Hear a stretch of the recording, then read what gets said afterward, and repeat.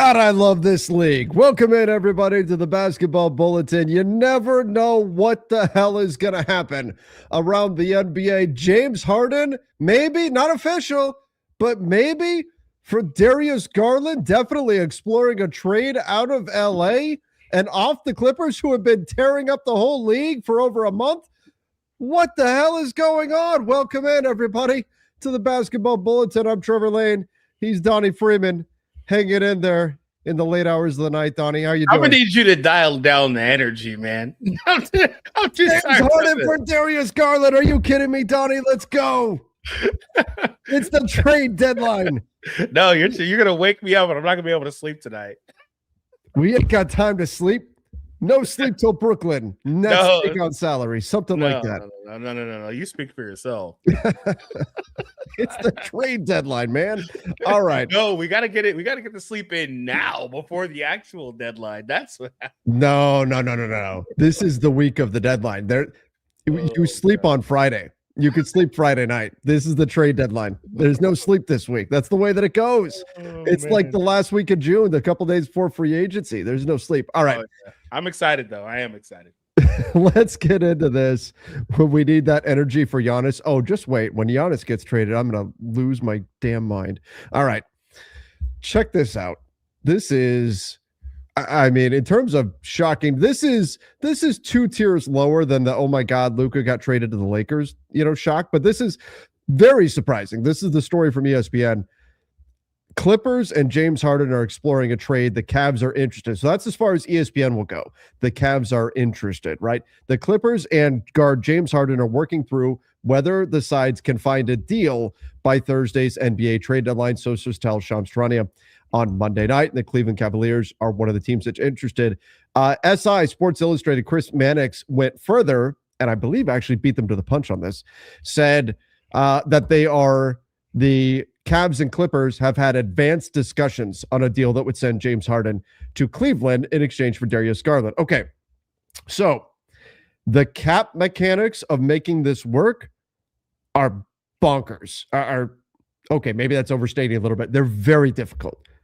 But I think, Donnie, we found a way to actually make this happen. But before we get into the logistics and the gymnastics of how something like this happens, should this happen? Let's start with the Clippers side. Should they do this? It's pretty interesting because Harden has been out for personal reasons. He didn't play tonight either. So and then this drops the same day. I think that's pretty interesting. For the Clippers, I mean, you get back a young guard you can hopefully build around. That seems pretty interesting to me. They're 17-4, by the way, since their coach came out and said they just need to go on a run. And I actually did a video on that, and I laughed at it, frankly. I didn't think it was doable because they're attempting to do something that basically no team has ever done, which is make it to the playoffs starting the way that they did, 2-12 or whatever. And so, like I said, you get a young guard you could hopefully build around into the next era, et cetera. Fine. But you're killing it right now. Yeah, you're about to make you're essentially about to make history. NBA Central said that Wolves are also discussing a James Harden trade with the Clippers. Pelicans and Raptors have also expressed interest, but Harden has zero interest in playing for either franchise. Oh, well, then I guess it is what it is because so Harden yeah. The Wolves, that's interesting too. They've needed a guard. Harden would be a good fit there. I question what they would send out. Obviously, the Wolves would probably be out on Giannis if they were to get Harden. By the way, why does it matter where James Harden wants to go? He has a de facto no trade because his contract with the player option is looked at as a 1-year deal. So therefore he has veto rights on any kind of a trade. So it's not a full no trade, but it's a de facto no trade clause. They started 2-12 this year for the Clippers. Even worse. Wow. By the way, Dallas also did, but they didn't get to. Why? So why, if you're James Harden, you're on this historic run, you're kicking everybody's ass right now. You're 8-2 in your last 10. You have the best record in the NBA. 17-4. Right. You're destroying everybody. Why do you want to leave the Clippers? It's probably something else going on there behind the scenes. Donnie, it sounds like you're saying there's some deeply rooted problems with the Clippers. I wasn't even going there either. That's the funny. I was not going there. I think there's something else going on here. Maybe chemistry. Maybe it's an offshoot of the Chris Paul stuff. I don't know. Could be something else going on here. It could be. Or conspiracy theory. Uh-huh. Maybe he got word that some news was about to come down. Get me off this ship. So he found out what was coming, and he said, "I'm going to make like a tree and leave." Yeah, that's what James Harden said. Damn it, Trevor! He's aspiring to be a Cav. That's it. Oh, God damn it! Really, it's uncanny, man. The way James just kind of does this every other year. I got a text from a friend that said, "Did James Harden really just quit on another team?"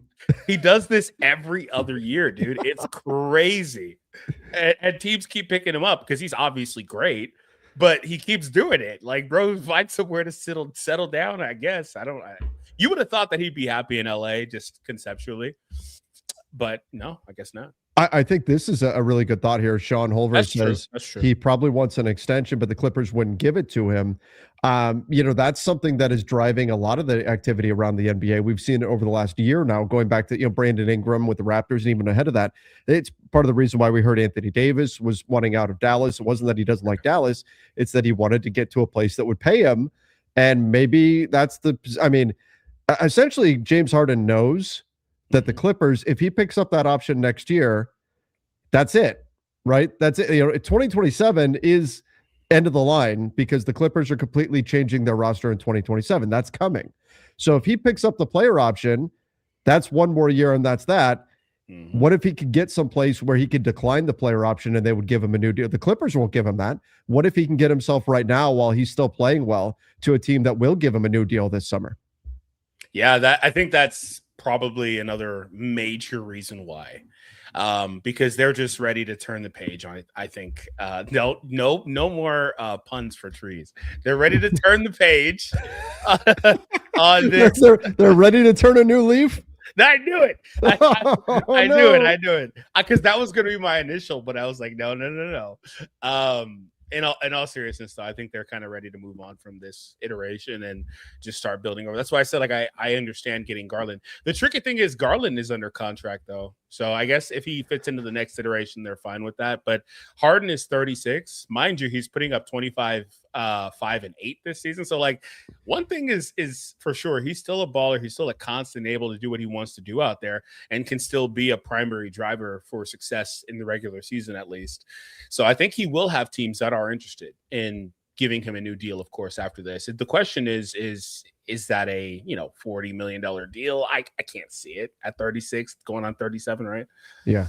So well, that's just it. So the Clippers say they don't want to take back salaries past 2027, and that does appear to be, according to Tom Hazerly, a big factor in why this could be happening here, despite the fact that they're killing everybody that James Harden would want out.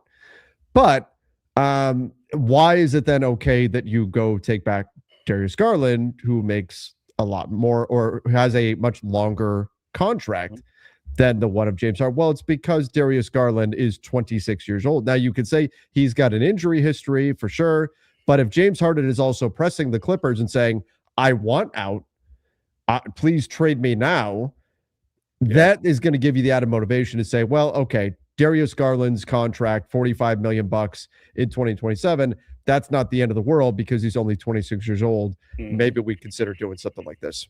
Yeah, I think that's where this is going ultimately. And so Garland is out there as a possibility, but that should give us insight into the types of guys that they would want back if it's not just to obviously get rid of that salary entirely. I don't think they want to just bottom out this season.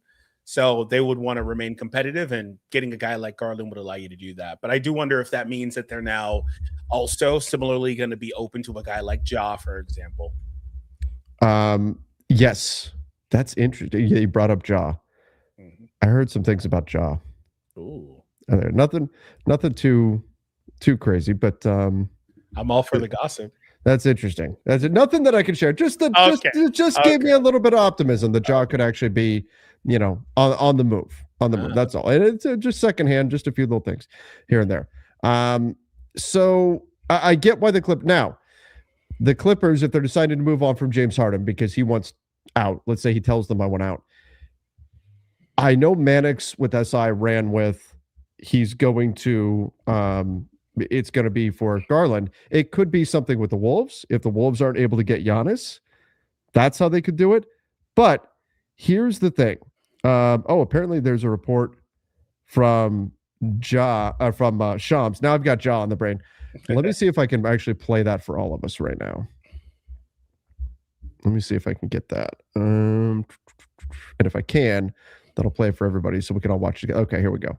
So here is Shams. And then we'll talk about the Cavs side of this because this is going to require, I mean, Donnie, you see the way Neo in the Matrix was like dodging the bullets in slow-mo? That's what the Cavs are going to have to do to the cap in order to make this work. Or they're going to have to bend and stretch like Mr. Fantastic or something like that in order to make this actually work. Or like Luffy from One Piece. I have no idea what the hell you're talking about. I heard somebody, I just got to say, a couple weeks ago, I forgot to mention it. I heard somebody bring up a Dragon Ball reference, and I was sitting here just, oh my God. I was so lost. I was cringing so hard. I was so lost at that point. It's okay. You should have called me, man. I would have helped you. All right, let's do the Shams thing. I should have. I was live, though, at the time. All right, let's see what Shams Charania has to say.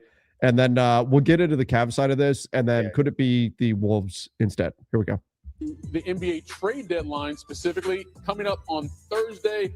Our insider Shams Charania joins us here on SportsCenter, and everyone's been focused on Giannis, but all of a sudden you've got some news potentially coming from the Clippers out in LA. Michael, this is somewhat a stunner. The LA Clippers and 11-time All-Star James Harden are working through whether they can find a trade for Harden out of LA by Thursday's NBA trade deadline. And my understanding is both of these sides have been aligned in these conversations, and it's been made possible because he has a mutual option in his contract for next season. It's a $13 million partial guarantee. That has allowed both of these sides over the last few days to have conversations about whether he has a long-term future potentially in LA and whether that could be possible. And so now both sides are discussing, is there a mutually beneficial option? Is there a beneficial thing for James Harden to land with a team that he wants to go compete for a championship? This is a Clippers team that right now is in the play-in tournament race. Yeah. Can I land to a team that can go to a championship? And the Clippers are saying, can we find a player,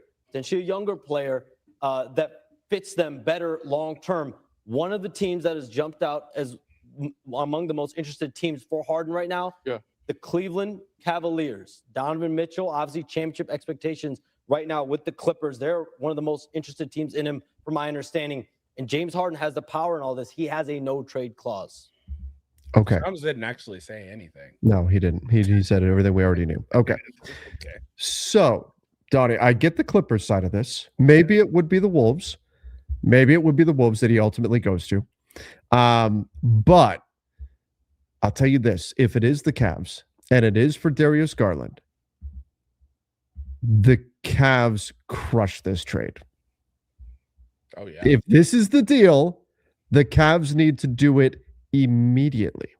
Mm-hmm. The Cavs need to do this and run as fast as they can and get this done.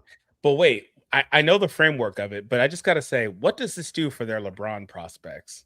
We got to talk about that. And that's part of it. Yeah. That's part of it, Donnie, because check this out. So let's say if you're the Cavs, everybody, let's walk through this. Right now, the Cavs are, despite making the trade they just made, getting DeAndre Hunter off their books, all of that, they are still a second apron team. They are less of a second apron team than they were before, $13.8 million. Okay? That's where they're at right now. Now, that's a problem because Darius Garland only makes, let's call it $40 million. James Harden makes $50 million. The Cavs can't aggregate salaries in a trade, right? So that's it. It should be game over. The Cavs can't trade for James Harden. However, there's rumors out there that the Cavs are trying to dump Max Strus. If they do that, that's 15, let's call it 16 million, right? That would drop them below the second apron. Then suddenly they'd be able to aggregate salaries in a trade. You could send out multiple pieces for James Harden and off you go. Now, what is the cost of moving Max Strus? That would be a question, right? And then you would still have to stack something up with Garland. The other thing is, even as an above the first apron team, that would mean that the Cavs, while they could aggregate salaries in a trade now, they would not be able to take back more salary than they send out. The Clippers, however, can. They just don't have much room to do it. They've only got about 1.1 million in room to take back extra salary, but they can take back more salary. Still would probably wind up being a 3-team trade, but check this out. Check out what this does for the Cavs. If they can go through all these gymnastics, dump Max Strus, flip Darius Garland, plus something, probably Lonzo Ball, that $10 million Lonzo Ball contract, boom, you're right there, okay? So let's say they do that, and they're able to go get James Harden in this deal. Now you've got James Harden on the books for next year. Garland is gone. Strus is gone. Again, I don't know what the cost is going to be to move Max Strus, but those two are gone. Harden is only on the books next year for $13 million. So you've got 58, let's call it 60 million, just to make it a nice round number, in salaries that's no longer on your books next year, and you're replacing that with 13 million. Well, guess what? Now that's putting you to a point where you're below that first apron even if you get James Harden in place of Garland. And this is assuming that things don't work out with James Harden. Maybe they do work out and you wind up with the ability to bring back James Harden and still put yourself in a situation where you could use an MLE to target one LeBron James. And that's why, Donnie, this is a no-brainer for the Cleveland Cavaliers. Yeah, I think the first part of this is really the no-brainer. the ability to get under the second apron is really what you should be prioritizing here, in my opinion. Yeah, and that would be, I mean, that'll, whether it's LeBron or not, dumping Darius Garland, who's had a long history of injuries now. He's still hurt basically from the playoffs. Correct. Yeah, and getting off that salary, that's huge. That's huge. Yeah. So that's why, even though James Harden is 36 and Darius Garland's 26, this is a no-brainer for the Cavs, in my opinion, if they can turn Darius Garland, because I don't know if they want to bet long-term on his future, and they need to clear salary anyway. And James Harden is the better player right now than Darius Garland. And you can talk about, does he fit with Donovan Mitchell or not? But it's the same problem you've got, right? If James Harden isn't a good defensive player, Darius Garland's not a good defensive player. James Harden is the better player. You get the better player right now to go try to win a championship right now, and you solve your cap problems for the future. You're jumping for joy if you're the Cavs and you can accomplish both of those things in this one move. Yeah, you just made it sound really good. I want to get that done. Garland is actually making more money this year than Harden does. He's at 39 million as well. So that's definitely pretty interesting. Harden's at 50 this year. Is he at 50? I could have sworn it was at 39. I think Garland is at 39. Yeah, Garland's at 39. And James Harden is, oh no, sorry. Yeah, he's 39. I saw Kawhi's and I put that, okay. Yeah. So do they actually have to dip below? Oh, they may not have to dip below. Either way, I grabbed Kawhi's salary. I was in such a rush here. That's what happened. I didn't see that either until the chat. 39.1, 39.4. Oh, that's like right on the door. Donnie, that might, you know what that means. That's even better. So I started going through all the cap gymnastics of how they can make it happen. This is even easier. This is even easier than that. So what that means is that they are just close enough to where the Clippers can absorb that extra salary in the trade, and boom, boom, boom, done. But hey, they should still also try to do the rest of that stuff. They absolutely should. They should still try to, don't get it mistaken, but that makes this really interesting. Wow. Yeah. Now, would you that to me is very interesting. If you're the Clippers, would you rather go and see what the Wolves can offer? Well, Harden would just say, I don't want to go there potentially also. Right, but apparently Harden doesn't want to go to the Pels, and I don't blame him on that. But if Harden's goal is to win, the Wolves would make a lot of sense too. Yeah, they would. They would for sure. So maybe he would be interested. I think winning is secondary, though. I think for him, it's about securing that extension, which leads me to my next question. If he gets an extension, is it actually a real, fully guaranteed extension, or would it be 1 year and then maybe an option on the second? Yeah, I would assume it'd be 1 year and maybe an option or something like that. Yeah. I don't think, especially at his age, you start running into the over 38 rule. God, I still can't believe I grabbed Kawhi's salary for the math on this and not Harden's. Where does it say Harden's only getting 13 million? He's only guaranteed 13 million. So what that means is that, let's say he goes to the Cavs or anybody else, even if it's with the Clippers, and things go horribly the rest of the year, you could just cut him, and then you're only on the hook for 13.3 million, and the other 42.3 million, the total 42.3 million you would not be responsible for that. That's pretty insane, actually. Yeah, that gives you a lot of flexibility. And once again, why it's a no-brainer. So forget all the gymnastics I talked about. This can just be a straight up. Damn it. I thought I did such a good job figuring out a way to make that happen too. But this is an easy straight across trade. And if you're the Cavs, you can just cut James Harden and you could sign him to a new deal after this season and then go from there. Yeah, I think. Do the Cavs, so if they do this trade, hypothetically, how do the Cavs look for the remainder of this season? It's well chronicled how James has struggled into the postseason. Is that the right direction for them? I mean, it's not like Garland's great in the playoffs either, but like, is that the right direction for them to go? Because I think you have to break that core up anyway. And I think this gives you a head start on doing so. And whether you retain James or not, that flexibility should prove to be useful.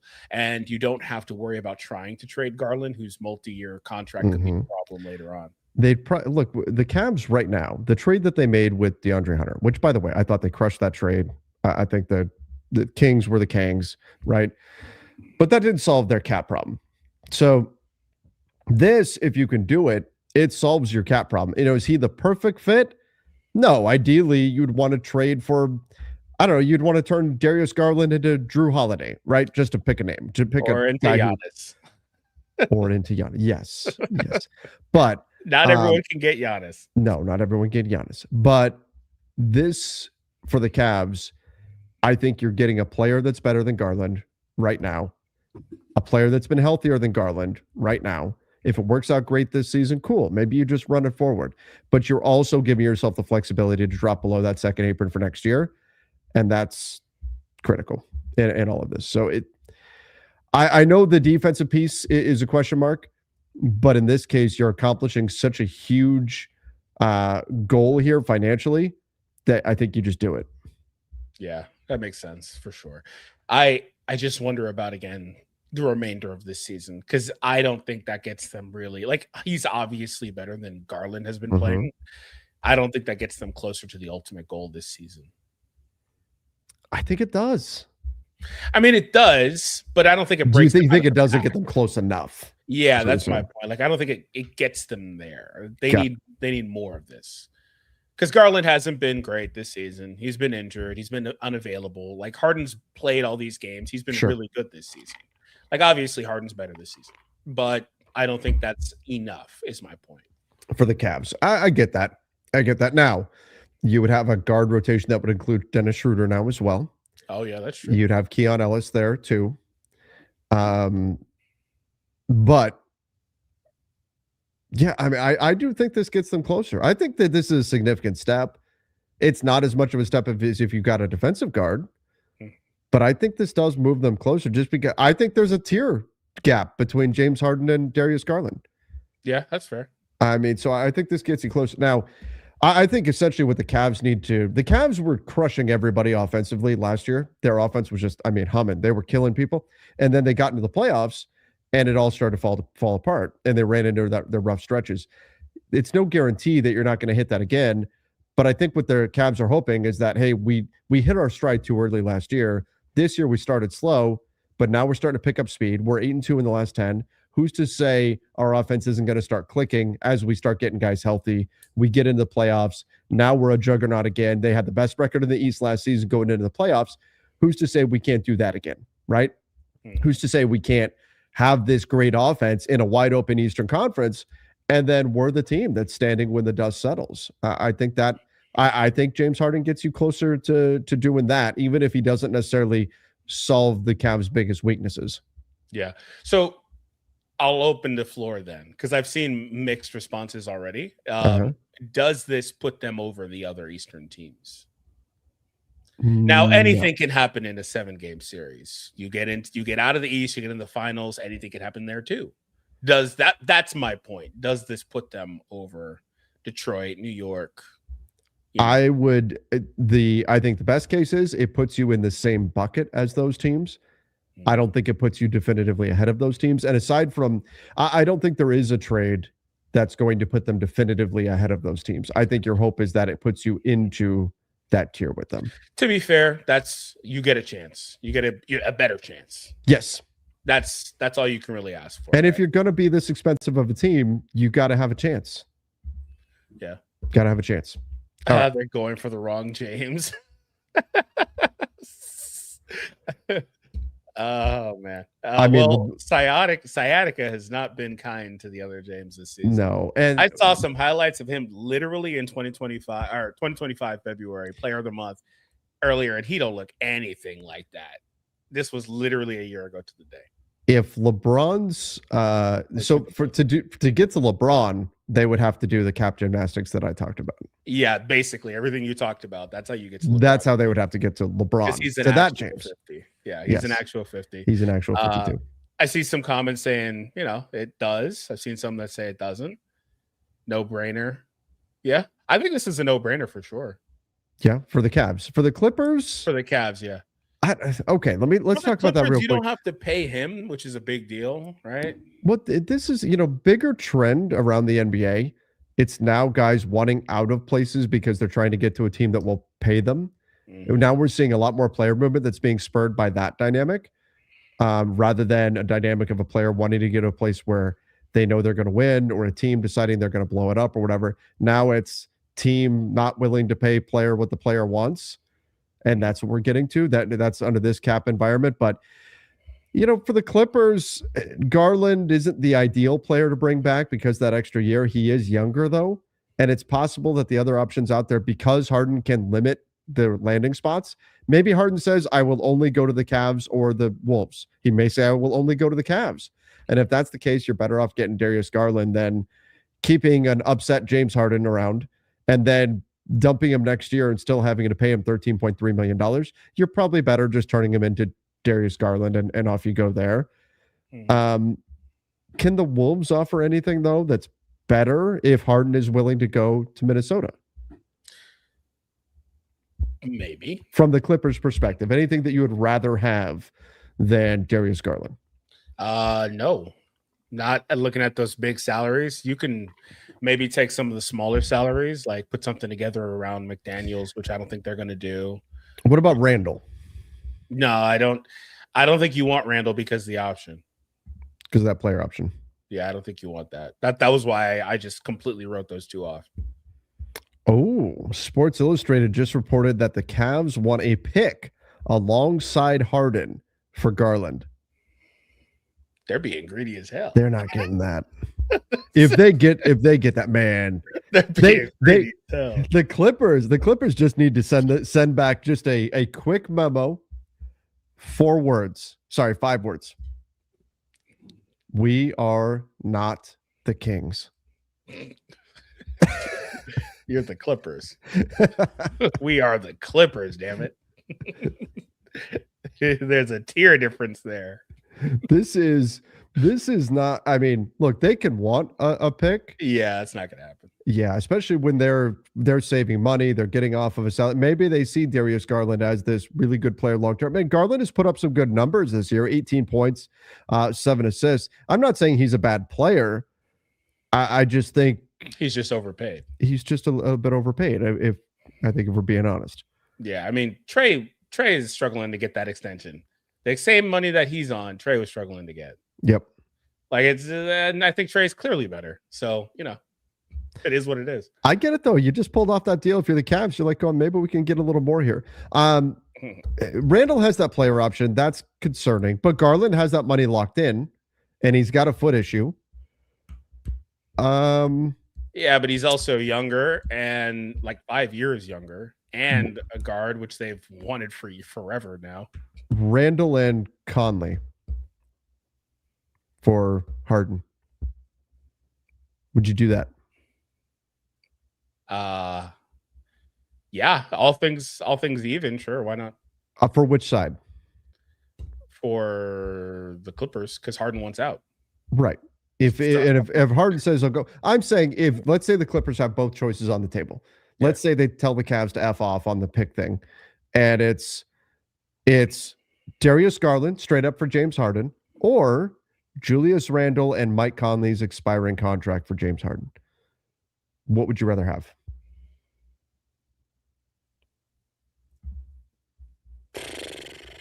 I think you get the better package from them, but I really am interested in resetting that team faster. So I guess, yeah, I'll take Minnesota's deal. Yeah, it's because I talked about Garland being a guy for them to build around, but he's like the third guy. You don't have the first or second guy currently on the team. You know? Now I've seen the report. The Cavs were denied draft pick compensation request in trade time. So they did it. They said, we're not the Clippers. Or we're not the Kings, I mean. That's insane. They're super greedy for that. Oh bro, if you don't take the other stuff that's clearly beneficial, you're getting off 4 more years of Garland. What are you talking about? Oh my God. That's funny. That's why, of course, they denied that. Like, what are you talking about? All right. Let's get into some of your chat questions and comments. Perfect fit for Houston. Harden, I don't know if they want to go back down that path or not. Yeah, they do. Fertitta loves him. You think? No. You think they would want to go back to? I mean, they need a guard. I'm just trolling. Okay, I was going to say they do need a guard, but this makes the Lakers look worse. You have a second apron team making more moves, and you aren't even a first apron team and refusing to make any move. Are they refusing? No, I just think teams are playing hardball with them, and they don't have pivot points. They don't have the ability to put assets in. And with that being the case, their options are extremely limited. It's difficult, though, I think there is an element of truth to this in that you can't say, well, you can't buy a house that's not for sale when a team that is much more financially encumbered than you is making moves. Yeah. Right? Like that's the thing, right? It's hard to go to people and say, well, we're just the damn CBA. We're just so encumbered here. Mm-hmm. Hands are tied behind our backs. Nothing we can do. Yeah, but the difference here is that the problem with the Lakers plan is the Lakers have too big of a freaking checklist. That's the problem here. They don't want to give up assets. They don't really have any to give up. They got 1 first, 1 second, right? Mm-hmm. They've got these expirings that in theory would be helpful, but you also don't want to take back long-term salary. The only reason you would take back long-term salary is if it's for a guy that is young, that fits into your next iteration of the team, which is commendable, but teams aren't trading the guys you're looking for expiring deals if you can't put in picks. This stuff does not work like that. And so the Cavs made a previous trade, but they also took back Schroeder, who could be good for them, sure, but there's multiple years there, right? So like this is apples and oranges. And even here, and I'm not saying this to defend Rob because I'm sick of him punting down throat. I want to make that very clear. He's Mr. I am punting until the offseason, like 4 years in a row here. Not really, but like 3 of the last, 2 of the last 3 years, 3 of the last 4 years. Anyway, I think that what's also happening here is you've got a situation where the Cavs are potentially trading a max salary here. The Lakers aren't able to do that. They don't have a max salary to trade. I mean, they do, but they do. But they want to. It's not that they want to trade one, and the other one, even if they did, they can't. So like that's another thing they can't really do here. Like I think if you take a step back, it's unfortunate, but I'm almost resigned to the fact that if they do anything, it's going to be super small because they just don't have options with that fat of a checklist. But those are restrictions you're putting on yourself. Yeah, that's my point. That's why I think it's dumb. Like, no. Go out and get something that meets maybe 2 of those 3 things, right?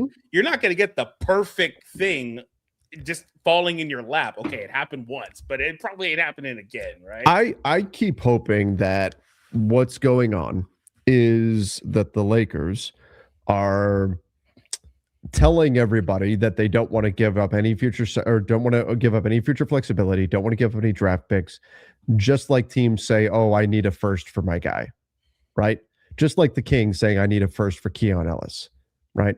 And then they gave up a pick to get off of Keon Ellis and Dennis Schroeder, which is crazy. But everybody postures this time of year. My hope is that it's posturing. The closer we get to the deadline, the less confidence I have in that concept, and the more that this is real life and what they're really doing. I don't want them to go. I've talked about this a lot. I don't want them to go into the summer with all their eggs in the basket of we're going to completely reshape this team in one summer. Maybe they're hearing things that we're not privy to. Maybe they're hearing that somebody is coming this summer, and so keep your powder dry, be ready. Maybe they are. I don't know. We won't know that until the summer. But for right now, I'm still hoping that something gives on this whole we won't take back money thing, because that's what the whole concept of pre-agency revolves around. Yeah. I think that if they were able to get like a Herb or something, Trey Murphy or whatever, somebody that they could clearly see fitting for the next few years, they would do it. I think that bar though is like it's maybe a mid-20s guys into 28, at the latest. They don't want like a Wiggins who's like 30, 31, even though he could theoretically be there in that position for you for a few years. I think they're thinking more long-term than that. And that's where the problem is. Because again, like I said, if you're going to try and go out and get those guys, you need assets to trade other than expirings or matching salaries. They don't have picks. That's why everything's, off season, where for a whole 16 hours, they've got 3 picks to trade. So. I know Jovan's been big on that whole 16 hours thing. Like, he's not wrong. The cap space, I think, is important also. The cap space is important. Like, he's not wrong in terms of like you've got those 3 picks for that time, but you have the player, right?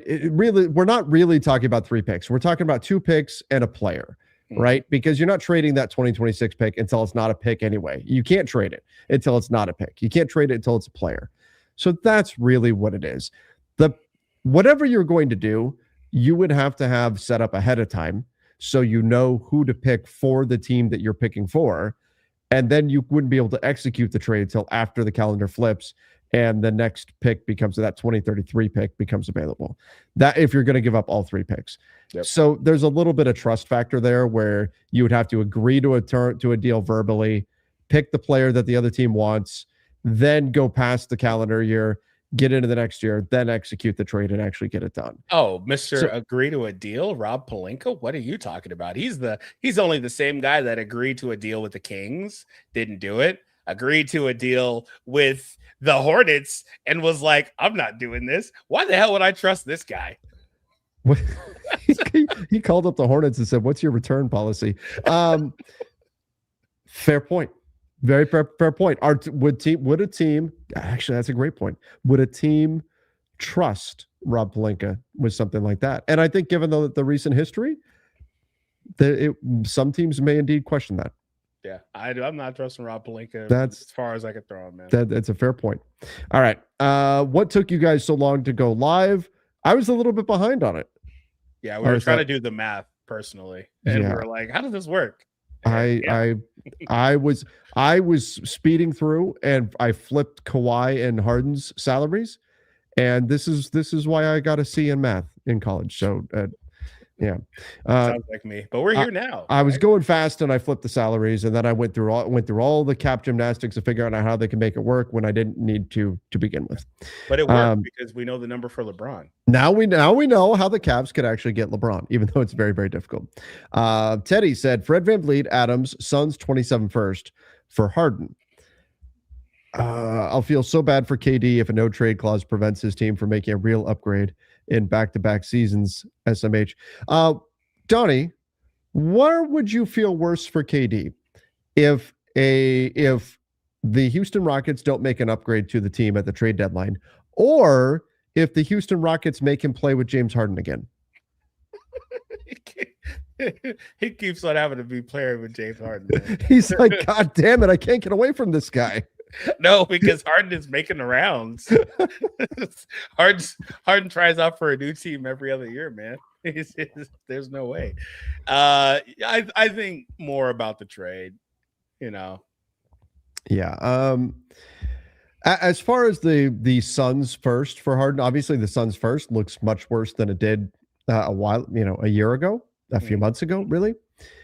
I don't know if I'm giving up that first, though, just to turn Fred VanVleet and Steven Adams into. Now, obviously, they're both out for the season, so there's value in that. But I don't know if I want to give up that first if I'm the Rockets just yet. Yeah. James Harden might be a short-term solution for them. I don't know if he's the long-term. Yeah. Yeah, they're saying James has a no trade clause. It's because he has the de facto one from the extension. Yes, correct. Well, he's effectively a 1-year contract, and when you sign a 1-year contract, it comes with a de facto no trade clause. Jackson Hayes had one until he waived it this year. It's just automatic. It's not like the Clippers gave him overtly a no trade clause. It just comes with the deal. Just got to say, this is Rob and Burner here. The Lakers didn't have a deal in place with the Kings. Donnie's exaggerating.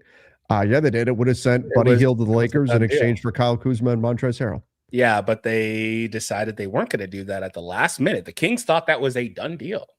Because they went, ooh, Russell Westbrook. Yeah, at the last minute. So like I said, this dude backing out of trades at the last second. Why would I trust this guy? He's going back to Houston. Scriptwriter's cooking. The last time they were in, James Harden was in Houston. He was cooking a little too much. You know what I'm saying? He went Fat Thor on the Houston Rockets, and then he showed up, and then he gets traded, and he slimmed down like in an inch. I don't know how he did that. That was impressive. Yeah, he's a master of that. He mastered thermodynamics, and he shed 100 pounds overnight, man. Bryson said, "I think LeBron to the Cavs for Allen is coming with this Harden trade. It just makes sense." Yeah, the cap gymnastics are making like Jared Allen is, what's he at? 20, 24? I'm pulling it up right now. Mm-hmm. He's not, you're not close to getting there salary wise there. I was right. 20. So $20 million. LeBron's at 52. That's too big of a gap for that to work. And then the rest of the stuff you'd put together to make that work in the first place, it's tricky from the Lakers side. And do the Lakers even want that? Yeah, exactly. They can trade Harden for Garland straight up, right? Yes. I screwed up the numbers earlier. We were going through the cap gymnastics there. Since the news about LeBron and Lakers ready to part, what about Harden for LeBron? Again, the math doesn't work there. The Clippers would be taking back too much salary. Now, could you do Harden and something else? Let me see if there's something that's coming in right around like the $12 million range. There's not. I mean, Harden and Derek Jones Jr. But anyway, Donnie, putting James Harden and Luka Doncic together is a terrible idea, regardless. If you thought him and LeBron were superfluous. Yeah. If you thought there was a lot of overlap there, like it just, it's going to get worse there. That's not good. Yeah, that's not good. It literally gets worse. And Austin, oh my God, you got one hell of a 3-headed dragon of the exact same play style. And Lakers games would all average at least 3 hours.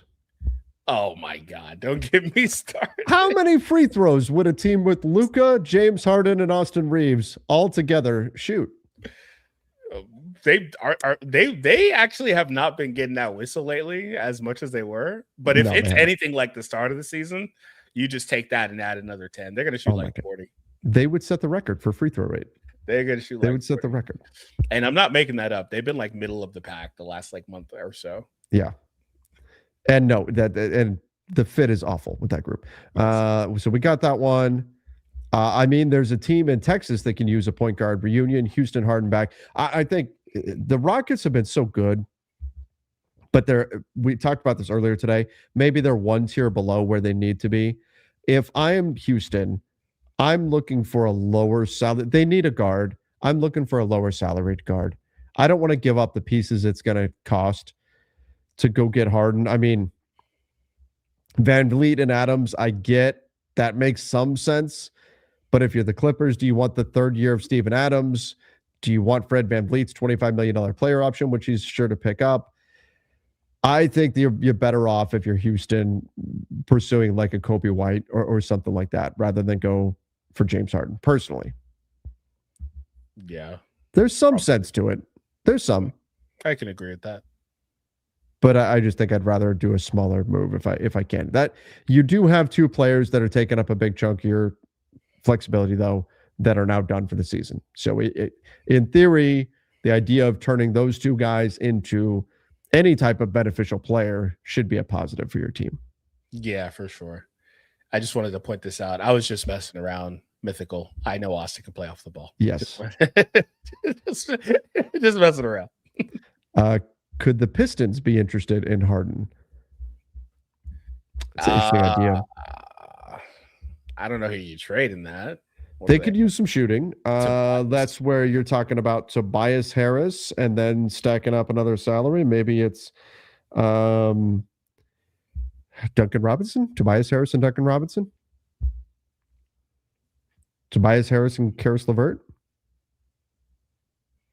Right? Those wouldn't be bad options for the Clippers. In terms of salary. In terms of salary. Yeah. Actually, you know what the deal is? It's Jaden Ivey. That would not be a bad pickup for the Clippers either. That would be pretty good. If Tobias Harris, Jaden Ivey, you'd have to throw in a small salary. They are they're 26 million below the first apron, so they're fine. They can take back more salary than they send out. Yeah. Tobias Harris, Jaden Ivey, off you go. Yeah, I'd do that if I was them. Does Detroit do that though? Yes, I think they should. Mm-hmm. This hasn't been Ivy's season. They've kind of gone a different direction. No. Kawhi Leonard just spoke. I mean, that in and of itself is news. Kawhi Leonard spoke, but news on the James Harden trade reports. I have no comment on it. I respect his decision or whoever's decision it is. That's it. He's still going to be my boy. Trust the front office. Okay. Yeah, I thought it was, like I said in the beginning, interesting that he's not there. Like Ty Lue literally said he's home and he's away from the team for personal reasons. And this came out like something I think had to happen here. Unless he just was like, you know what, I've had enough and I'm going to stop playing so I don't get like any possible injury or anything until I'm traded. Unless he just, made that type of decision. But something I think had to happen. With Kawhi saying that, like he's still going to be my boy, all that kind of stuff, like that tells you it's done. Yeah. I don't think he's going to be here post deadline. No. I don't think so either. And the Cavs doing this, I think I've had some more time to think about it. I do think this is a really, really big trade for them. But my thing is, I think it really hinges on Harden finally getting that monkey off his back at 36 in the playoffs. Because if he no-shows in the playoffs, then it's moot, right? Exactly. And he's had some good runs, but he's got a record of being somebody that doesn't show up in the playoffs in big moments. All right, let's go. Let's go here. Harden must wanted the extension. We got that. Harden must have wanted the extension. The Clippers said no. Otherwise, this makes no sense. Clippers want to be free in 2027. Kawhi deal ends. Yeah, that's true. This here. Obviously, Lakers are not going to make a move. Can LeBron do a buyout? Salary is going to be gone anyway, and he can go for a championship. What does that do for the Lakers? Why would you buy out LeBron in what could be the final year of his career? You could get the send-off and all of that. How does that help the Lakers buying him out? That would give them no extra flexibility. That would give them a roster spot, I suppose. But it's there's not a favor. It would be a complete favor to LeBron. That does nothing to help the Lakers other than lower their ticket prices and revenue and cost them a whole boatload of money and all of that. That wouldn't do anything to help the Lakers. Do you think they would do it if he came to them and asked for it? I wonder if they would. Just because of who he is. I think if you're LeBron and you want out, you need to go to the Lakers and say, I'll waive my no trade. Okay, you could do that. And try to come up with something there.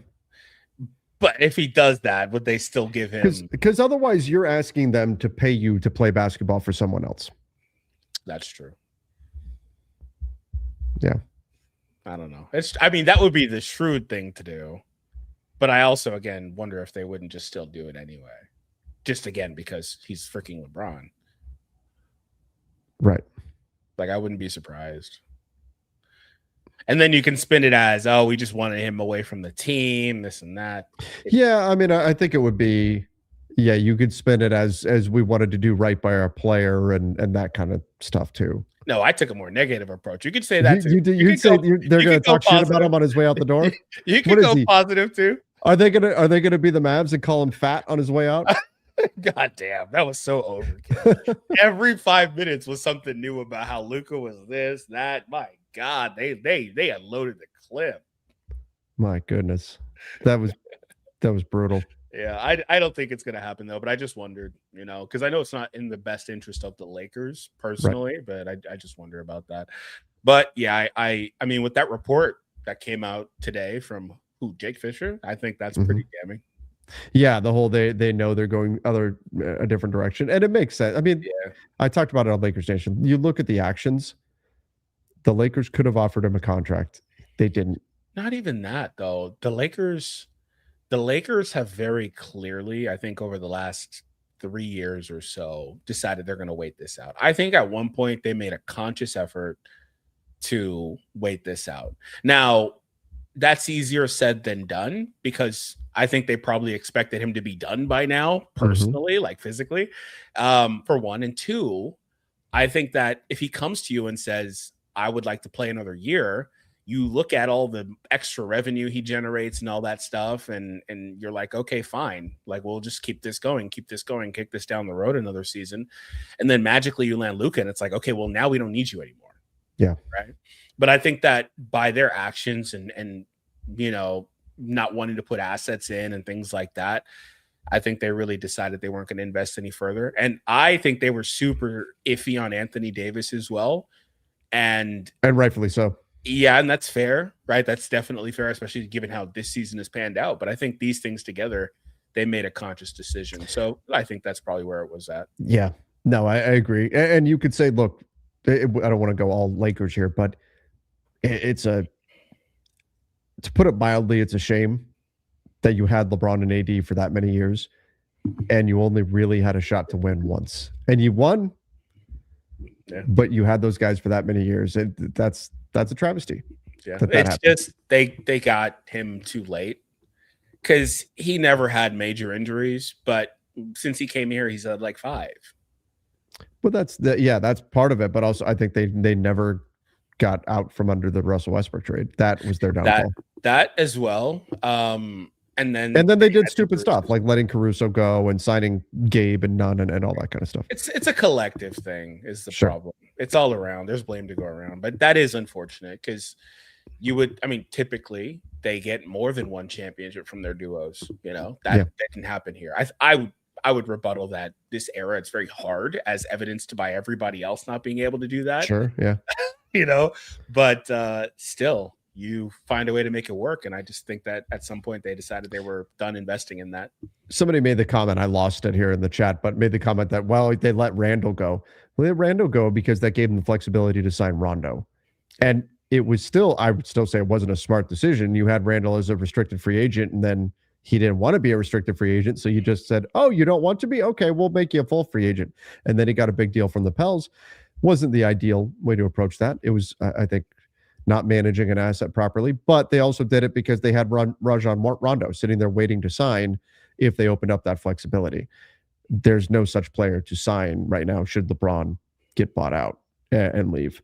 All right, let's go here. Could the Lakers sign and trade LeBron to the Cavs this summer? The Cavs would then be hard capped at the first apron, and they're not in position to be that low in salary right now. So in theory, they could.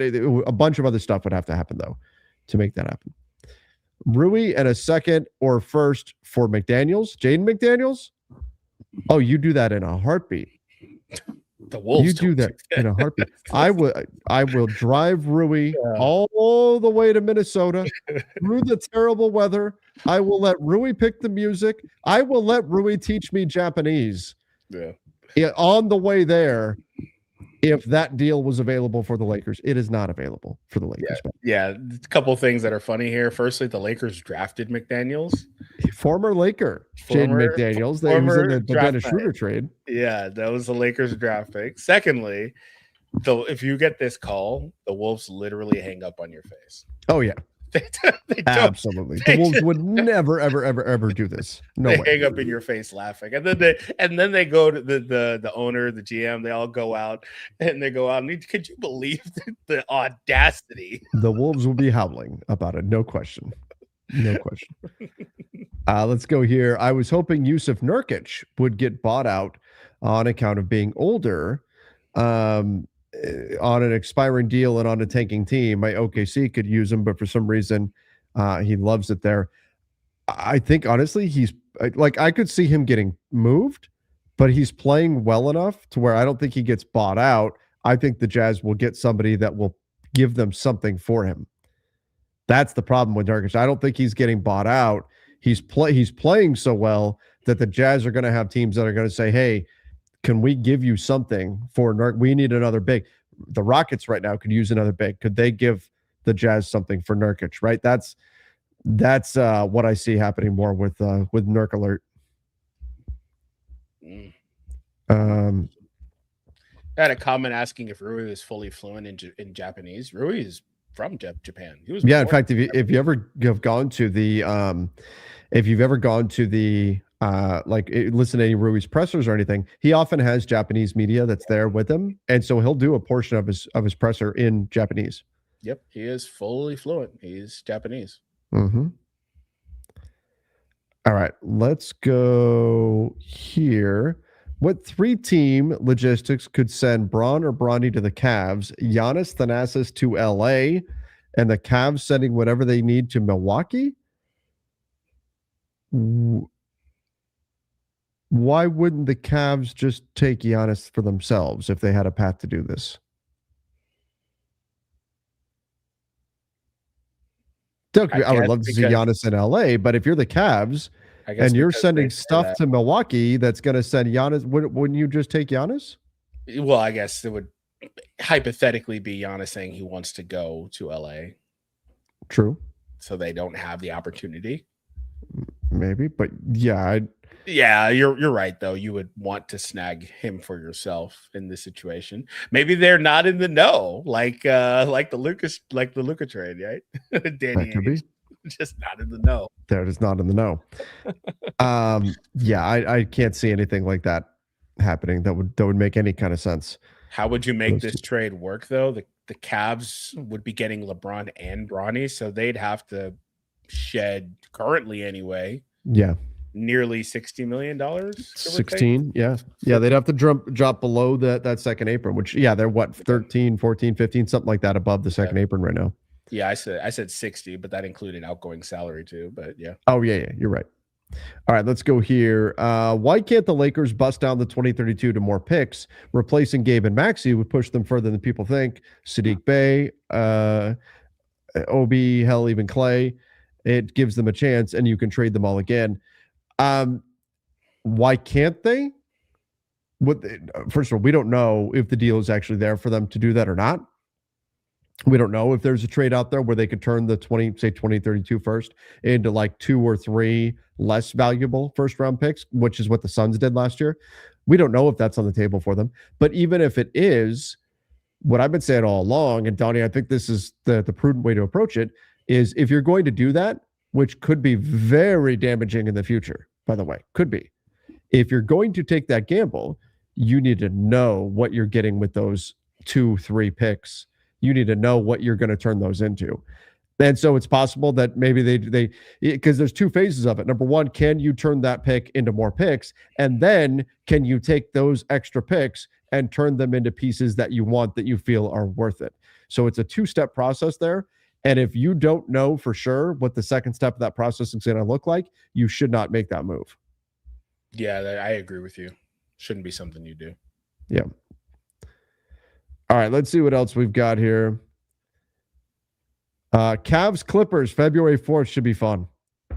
Oh, they're not even. If they do that trade, they're not going to be playing in that game. Both guys will be out. Both guys will be out. Yeah, right. Yeah, that's one of those ones. But that's funny. You go with the team. You just stay. Yeah. If you're Harden, you just wherever it's at. The opposite. You just stay, or you go with the other team. You just walk across the hallway. Just change jerseys. Oh, it's in LA. Okay, cool. Garland, just go. You probably got a house out here anyway. Just probably. go home. Just go home.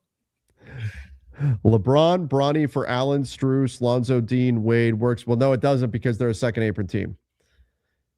And so the Cavs can't combine contracts in a trade. Yeah, that was the thing about the other one. They would have to, with that Giannis one, they would have to get below the second apron to even make that work. Yeah. So if you're the Lakers and LeBron leaves, do you go for Kawhi Leonard if the Clippers bottom out? The Clippers have no incentive to bottom out because the Thunder have their pick. Yeah. The Thunder, by the way, this is good news for them if there's chaos with the Clippers. Because the Clippers have been playing so well, you want that proverbial rock for the skateboard wheel to run into here. And that could very well be this for the Clippers run. So that would be best case scenario. You get right back on track for that high pick like you had at the beginning of the season. Kawhi is playing really, really good. He is. He's playing great basketball. The team as a whole is, but you're just going to take Harden out of that, and he's been humongous for them all season. So the Clippers don't have their pick. They have no incentive to tank. Even if they don't have Harden, they would get Garland and they would try to keep winning. They would get Randall or whoever and try to keep winning. They have no incentive to bottom out at all. They don't have their own pick. So there's no reason for them to do that. But even if they did, Donnie, I think they would rather plant Kawhi Leonard in the ground than give him to the Lakers. Here we go again. Oh, no. Speaking of that type of stuff, I wonder also, like, hypothetically, because nothing has been proven yet. The NBA hasn't done they haven't finished their investigation. So it's all alleged, I guess, as far as the NBA is concerned, until they're done with their own investigation. But, going back to that and in the offseason, I wonder what things look like for the Clippers if they are hypothetically guilty. You remember we were saying you've got to throw the book at them. So, like, what do things look like for this team? They're not going to have any damn picks, for example. Like, how do their books are so nice, but what are they doing with that? That's the question. What are they going to do with that room? And look, 2027, there's a bunch of players that could be available. So you never know. And Steve Ballmer's got a lot of money. I don't know. I mean, are you saying he's going to pay dudes under the table or something? Is that what you're saying? Maybe this time they just actually plant a few trees and say, here you go.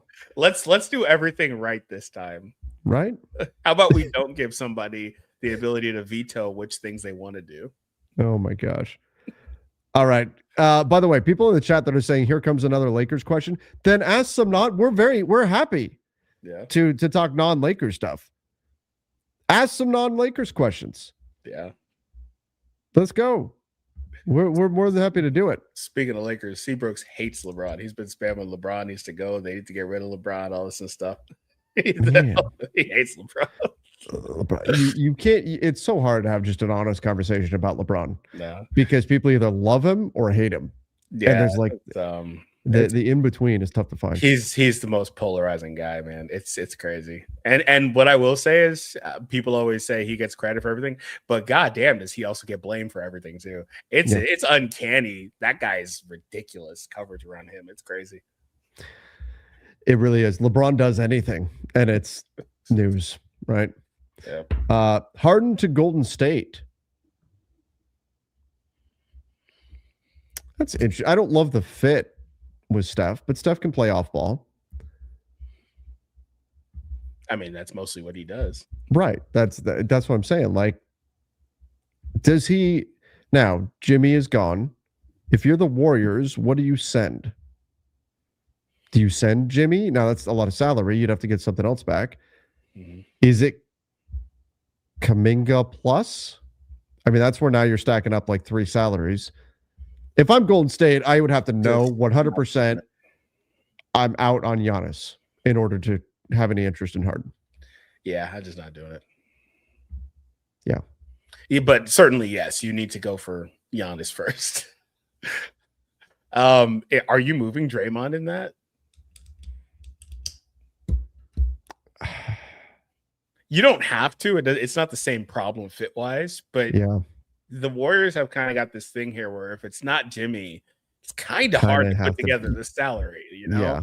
So, and is that what they had in mind for Kuminga? No, but they've probably burned that bridge anyway.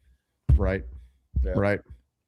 I don't know. I mean, if you can't do anything else, you can't get Giannis, I could see the Warriors saying, let's give it a try and roll out Harden and Curry, and you maybe you give up Draymond in the deal. If not, you're stacking up salaries. I just don't think it solves your big issues. I think if you're going to do it, you have to do it while keeping Draymond. Like, you could make an argument, and I think a strong one, for going and getting Giannis and saying, screw it, we'll part with Draymond to get him. I don't know if Harden and Curry together is going to do anything for you. I think you need Draymond too if you're going to bring on Harden. And that would mean stacking up Kuminga and Moody and other stuff. Yeah, it would have to be Jimmy at that point. Yeah. It's just too much. It had to be Jimmy. And then it would be Harden and something coming back. Yeah. To make the salaries work. Should the Lakers trade for Kawhi? We already answered that one, but appreciate the super chat. There's another super chat with a trade report in it, but I haven't heard anything about it. So I'm not going to throw that up there and get people into a frenzy or anything. Do the Bucks make a last-ditch attempt to keep Giannis by trading for Harden? God, Donnie, I think they probably do. I think they probably do, right? I mean, they're desperate.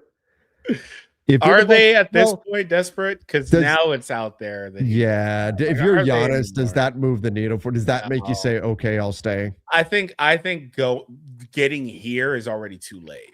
This is the type of thing you needed a few weeks ago. Yeah. I think we're already it's too late for that, especially because we're already up against the deadline. There's no time for second guessing. Yeah. But if this came out a few weeks ago, this would be a really serious question to ask.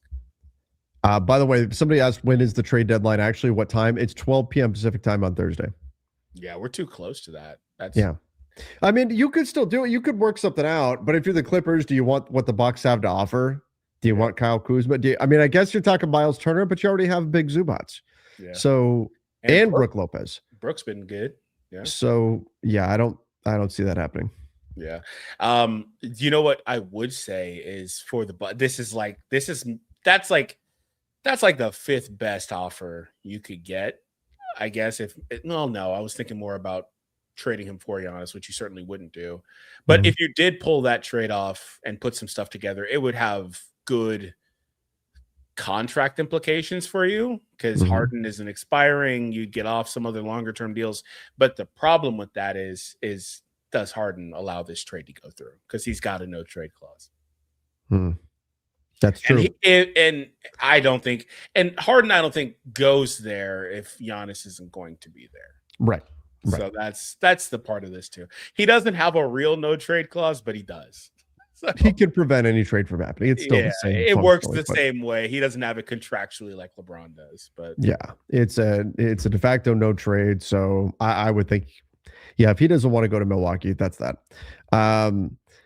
Lakers should trade for Bobby, Rui, and Dalton swap. Bobby Portis? Yeah, man, I like Bobby Portis. I don't. Are the Bucks interested in Rui? Does that change things for them? Maybe you can clear up future salary. Rui and Dalton swap? So Rui and Air? It's Rui straight up. Dalton is just nothing. He just is straight up. No, in all seriousness, like I always say, I do hope Dalton goes somewhere and he balls out, man, because it's unfortunate. Yeah. He needs to go somewhere where he can get another chance at things. Yeah. Did you guys hear anything about the Cavs wanting to trade Lonzo Ball? Yes, they want to trade Lonzo Ball. Yeah. It makes the most sense because he's expiring, and that salary bill, that tax bill is fat. So. Yeah. As of right now, they could save a big chunk of change, something like $50 million when you add in the luxury taxes and all that. And he's not been good. And now you've already replaced him with Dennis Schroeder, so you really don't need Lonzo Ball. He's got a team option for next year that you're almost certain to decline. Yeah, if you could find a team that wants him, might as well move him, and they may just find a team to take him. Just pay a team like the Nets or somebody, the Jazz, somebody that's got cap space. Hey, take Lonzo, we'll kick you a second or whatever, and there we go. Do you take back a smaller, like $8 million or something long-term deal? Ideally, you don't, because if their whole goal is saving money against the tax payments, that obviously takes away a good chunk of that. So, yeah. But there's also still a big chunk of difference too, to be fair. If you take back but let's say 2 years, $6 million per year remaining on the deal, for example. Yeah. That's still better than 10. That's true. That's true. If you can't find anything else, if you can't find anybody just to absorb the salary outright, or if teams are like, we'll absorb the salary, but it's got to be a first, then okay, you could do, take back. That's kind of what they did with Hunter and Schroeder, just straight up those two for next year anyway. The thing is, Schroeder's got another year, and then Keon is like, I'm sitting here too. What's my number going to look like? Because I got to get paid. I got to get paid here. Yep. He'll have a market though, even if it's not the Cavs that pay him. Somebody's going to pay him this summer. Yeah. Is Dalton really that bad? He steps on the floor and doesn't know the plays. God damn it. I mean, it's true. Oh, that's happened a couple of times already this year. That has happened. That sounds so bad. He's a freaking NBA player, bro. And it's not like he's new to the team. Lonzo to the Rockets would be good for them. Not the Lonzo that there is right now. Lonzo that we've seen so far this year is not good for anybody. And it pains me to say that, because I was really hoping he would make it back. And maybe he still somehow will get there, but he's not the same guy anymore. Yeah. If he was the same guy, yes, he'd be great for the Rockets. In theory, yeah, but he's not playing like that. Yeah. Yeah. And I hope the same thing. I hope if Lonzo gets moved, I hope he gets a shot somewhere and he can get back to being himself, because you hate seeing a guy's career derailed by injuries the way his has been. And Dalton, I hope if he goes somewhere, he gets a real shot somewhere and gets a chance to bounce back. Whatever's going on is not working for him right now. Yeah. Any Spurs rumors? Yeah, I mean, it's still the Sohan stuff around the Spurs that they want to move on from him and turn him into something. We'll see ultimately what that looks like. They reportedly are not interested in Gershon Yabusele because he's got another year on the books. But they want to move on from Sohan and get him. And it's enough to where they're telling him, hey, go find some place for us to trade you. And we'll see if we can get something done. They just clearly don't want to absorb salary in that kind of a deal. Dallas won't let D'Lo play anymore. No, there was a report that I covered on the video earlier that they're actually looking to trade him. So they I joke they're making a mistake, because they need to be playing him. It's deadline time. They need to be putting him out there. Oh, this is interesting, Donnie. We just got a post from Mark Stein. Oh, yeah, I just got the notification. Let's Damn you, Mark. You ruined my joke. Sorry. I missed it. I was reading it. I'm sorry. I missed your joke. What was your joke? No, I was just saying it's deadline time and they refuse to play D'Lo.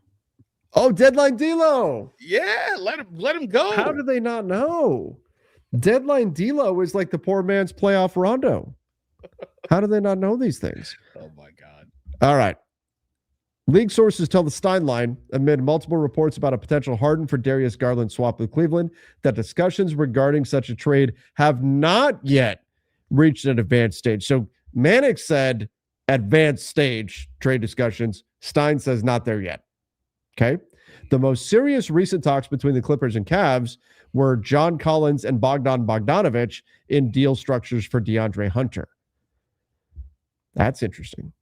Okay, so the Clippers were going after DeAndre Hunter, who fits their time frame, right? contract expires in 2027. Steinlein has learned the Clippers believe the Cavs can still prove to be a legitimate trade partner for Harden. Sources confirmed in ESPN report that LA is willing to work with Harden's representatives to see if a trade is feasible in the final 2+ days before the league's trade buzzer. It's known by both sides that such a trade might not materialize. Who wouldn't want to have James Harden? Ty Lue said. It's all about a contract extension, said one source briefed on the situation. So there it is. Harden wanted a new contract from the Clippers. The Clippers are not going to give it to him. And so this is about getting to a team that will pay him. Harden could elect to pick up that player option and still lose out on millions because the Clippers hold the right to waive him by July 11th. Oh, Donnie. Oh, wow. July 11th. That's the nightmare scenario for James Harden. July 11th. That is the nightmare. Harden picks up the $42.3 million player option. The Clippers wait until July 11th, waive him. By July 11th, all the cap space is already dried up. Then what do you do if you're James Harden? That's why he's got to get to a new team.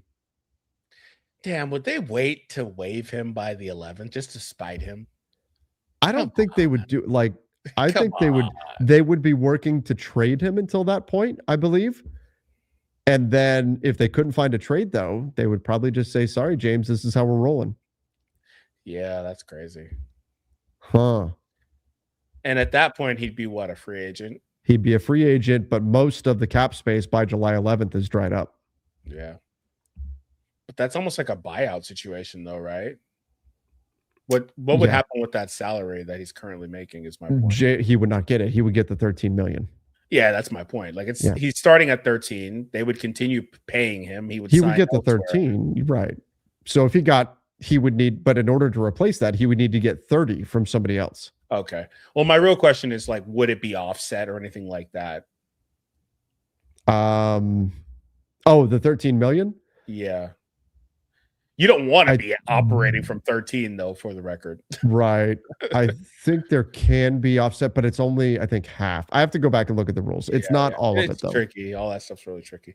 The Cavs just completed a 3-team trade. Sources with knowledge of the Cavs thinking have nonetheless maintained for days the Cavs have not been actively looking to move Garland or Max Strus, instead focused on shedding Lonzo Ball's $10 million salary. Garland has played just 26 games, $90 million left. Sources say there have been some preliminary conversations between the Cavs and Hornets about Ball trade constructions. Oh, they're putting Big Baller Brand in Charlotte. So it would be the Cavs giving the Hornets Lonzo Ball and draft capital for absorbing Lonzo and pairing him with his brother. Yeah, that would be cool for what probably is. Does it look like this is Lonzo's last season? That's the way he kind of looks out there. Most likely. Charlotte, Brooklyn, Utah teams looking to facilitate trades in exchange for picks. That'd be pretty cool. That would be cool to see them together. Yeah. Next 2.5 days will confirm whether the Cavs indeed intend to keep Garland. There's a growing belief that Garland could become a prominent name in the offseason trade market, depending on how Cleveland fares in the postseason. Sources say Harden, through various stretches of the season, has also eyed Minnesota and Atlanta as teams that appeal to him as potential landing spots, but neither the Wolves nor the Hawks are expected to pursue such a deal. The Wolves are focused intently on the pursuit of Giannis. Hawks, that's the problem. Yeah. So if you're Harden, it may be Cleveland or bust then if the Wolves are not going to take away their attention from Giannis. Yeah, and I think most teams aren't going to take their attention away from Giannis. Mm-hmm. The only teams I think that would are teams like the Cavs who don't really have a shot to get Giannis in the first place. Right. That's where you're kind of screwed. He kind of just makes too much money also to really make a deal easy. It's hard. Because the Heat won't want Harden. The Heat aren't going to get interested in a Harden trade right now anyway because they're pursuing Giannis. Yeah. The Knicks are pursuing Giannis. The Wolves are pursuing Giannis. The Warriors are pursuing Giannis. They're not going to let James Harden distract them from that. You know when they would be interested in Harden? Giannis gets traded somewhere else. Or on February 6th, which Never mind. See you later. After the trade deadline? See you later. You know what happened 10 minutes before? Okay, call it in. Harden. Go get Harden right now. That's where you have to have it lined up ahead of time. Yeah. Hey, if this happens, then we're going to do this. Yeah. But that's where we're at. Like it's hard. Even if you don't have to put assets in, it's really hard to reach the point where you're going to match that salary too. This question said, would the Thunder trade that Clipper pick for Lou Dort and someone like MPJ? I wouldn't do that if I'm the Thunder. I'd rather have Lou Dort and the pick for sure. I think you could argue you'd prefer to have Lou Dort over MPJ just because of the defensive skill set that you've got there. Even if MPJ is the higher ceiling player, I think Lou Dort. Whoa. What? Whoa. You can't say that. Why? Because we officially can't say anything at all remotely negative about Dort anymore. Why? Because he's now with Clutch. Oh, and because we are employed by Clutch? No. Is that what you're suggesting? Not that angle, but that's one too. Clutch, if you're watching, if you say anything positive about LeBron James, oh, you're on the Clutch payroll. No, I wish. No, I meant because the black vans are going to show up. Oh God. The black vans are coming, man. You better be watching out. But that too. Yeah. You're right. What, the door swings open and it's Rich Paul in the back with a bat? He's just playing the clip. Michael Porter Jr. has a higher ceiling. Oh no. I'm sorry. That's how you know I'm tired. I'm tired. Oh no. All right. If you're Toronto, would you trade a future first-round pick for Yves Missi? Trade could be Ochai and a future first for Missi. I would, if I was doing that, if I'm Toronto, because I'm not 100% certain that he is a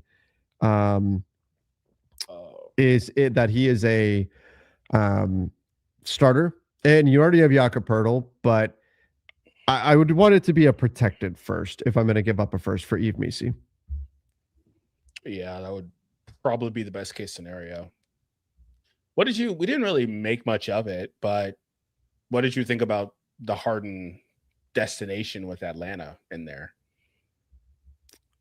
I think there's certain establishments that would not go well.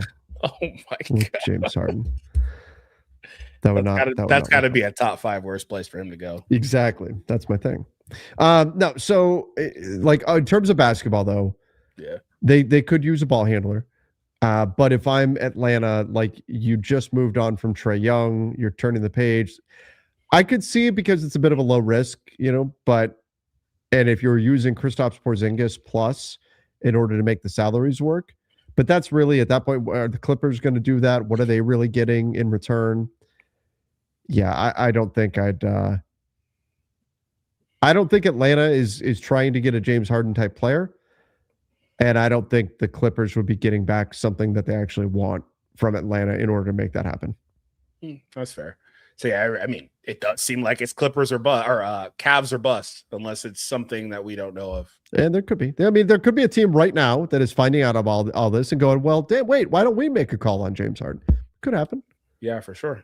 What about Dalton for Eves? Or how's it? It's Eve, right? Eve, yeah. Eve. I always mispronounce that. I'm sorry.